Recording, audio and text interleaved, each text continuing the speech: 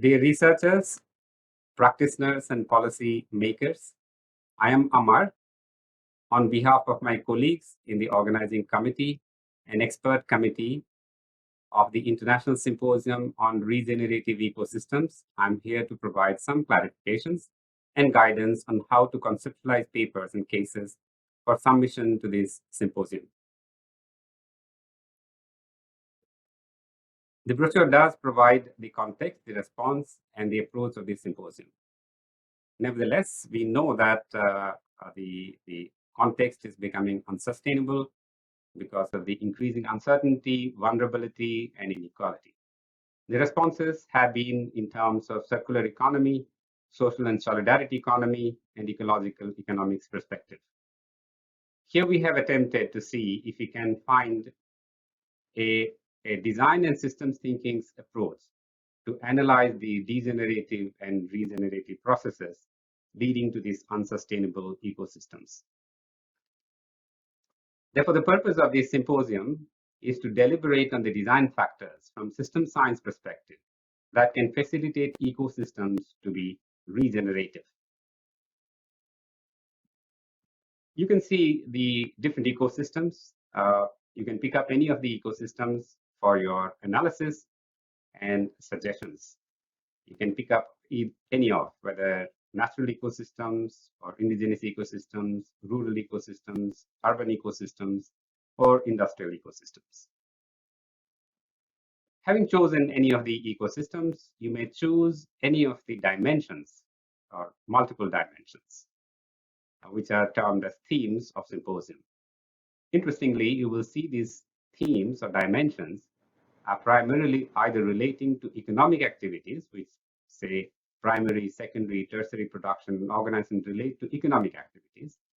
Whereas when you look at relationships, it's related to social aspects, and the political aspects are covered under institutions and governance, and the environmental aspects are covered under ecology. These dimensions of an ecosystem are generally studied as independent disciplines and as linear systems. However, this symposium gives a slightly different perspective, not to see them as linear and independent, highly interconnected, and they're indeed interlocked dimensions in an ecosystem. For instance, the relationships looks at the depth and level of relationships. Institutions could be social, political, economic institutions. Likewise, all the production activities, primary, secondary, tertiary, can be seen from agriculture, manufacturing, or services sector. Organizations could be small, large, or medium-sized. Governance could be at different levels, from the local community to the district to the state or even global systems.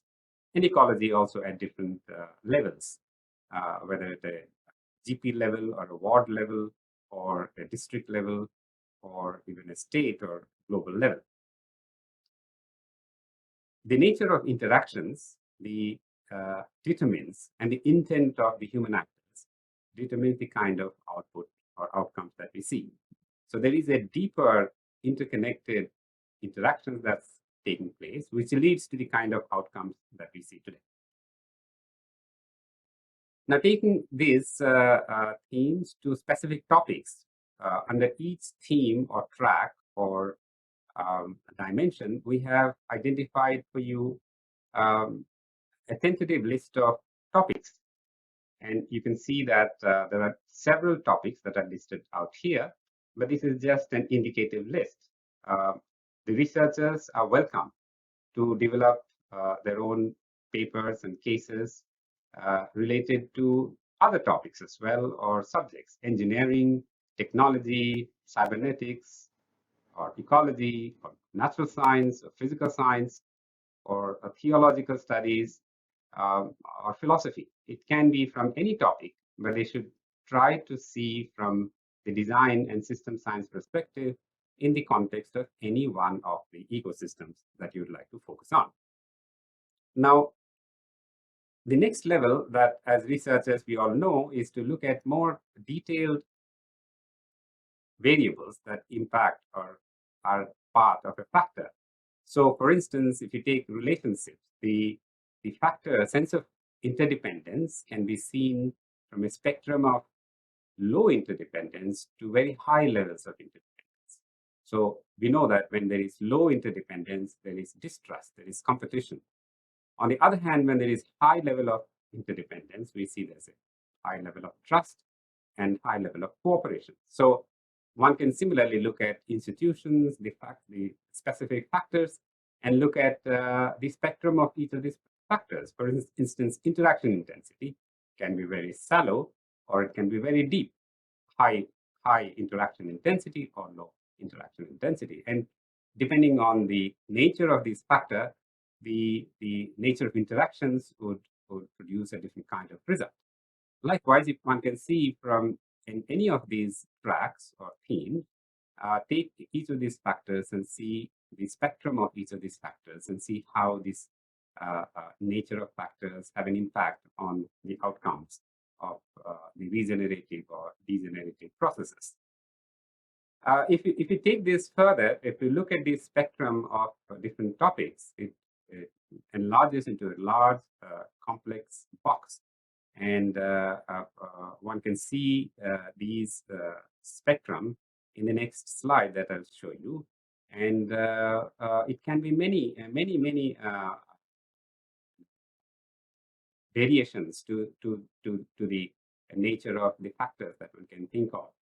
And from a system science perspective, one can explore the interconnections of the nature of these factors or topics under different themes or disciplines and assess the outputs or outcomes in terms of degenerative or regenerative impact on an ecosystem. That's where it's all open and left to the researchers and practitioners to visualize how they would like to analyze. This is just a suggestive way of visualizing how you can think of making a paper more relevant to this symposium. Now, more practically, how do you develop your paper and cases? Here is a matrix, again a suggestive matrix, for you to reflect on how you could conceptualize your paper.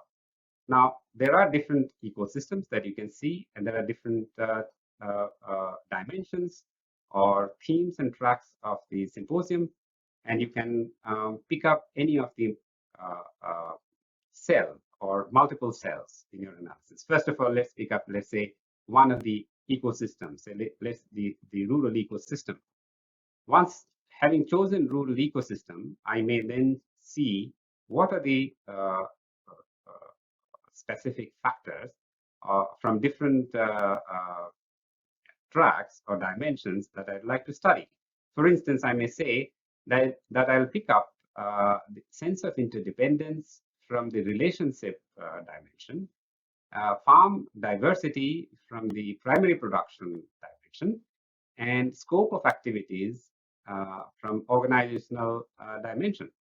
Now, this would go straight to figuring out how should a farmer collective or a farmer producer organization can function, which is consisting of the farmers as members of its organization. So how do we see the connections of farm diversity, sense of interdependence, and scope of activities, business scope of activities for the organization, for the collective? So one can take this as an illustration to see how to visualize to develop a paper which might be able to help understand making rural ecosystems regenerative. Likewise, one can also pick up any of the other ecosystems depending on your experience and expertise, and choose to identify topics or tracks or dimensions for your analysis. For instance, if I can take, let's say, industrial ecosystems, I may pick up the institutional issues of interaction intensity as a factor from the institutional dimension, raw materials from the secondary production, and size from organizational design point of view. So when I think of interaction intensity from institutional dimension point of view, I need to see the spectrum, which is the interaction intensity can be low or it can be very high. The raw materials could be locally sourced or it could be externally sourced. And the size of the organization could be small or medium or large. So depending on the way I want to analyze or the situation that I am in, I may develop a paper or a case using some of these factors or specific variables in these industrial ecosystems in such a way that I can analyze whether this process is leading to degenerative process or a regenerative process leading to a regenerative ecosystem. The above matrix of interconnection and interdependence are among tracks and topics for development of research papers and cases for submission is only suggestive. Every researcher and practitioners, all of you have the freedom to think in newer ways and different ways so that we have a better understanding of how to create regenerative ecosystems. Now, there are some important dates and information for you. The first important date that we have is the submission of abstract. The last date so far is 30th of May 2022, and I would request you and welcome you to submit your abstract as soon as possible. All submissions and queries may be directed to this email ID provided here. And for updates on the symposium, please visit this website provided here. Thank you so much for your patience and listening to the guideline on how you could develop papers that are relevant to the symposium. And I look forward to seeing you all at the conference. Thank you.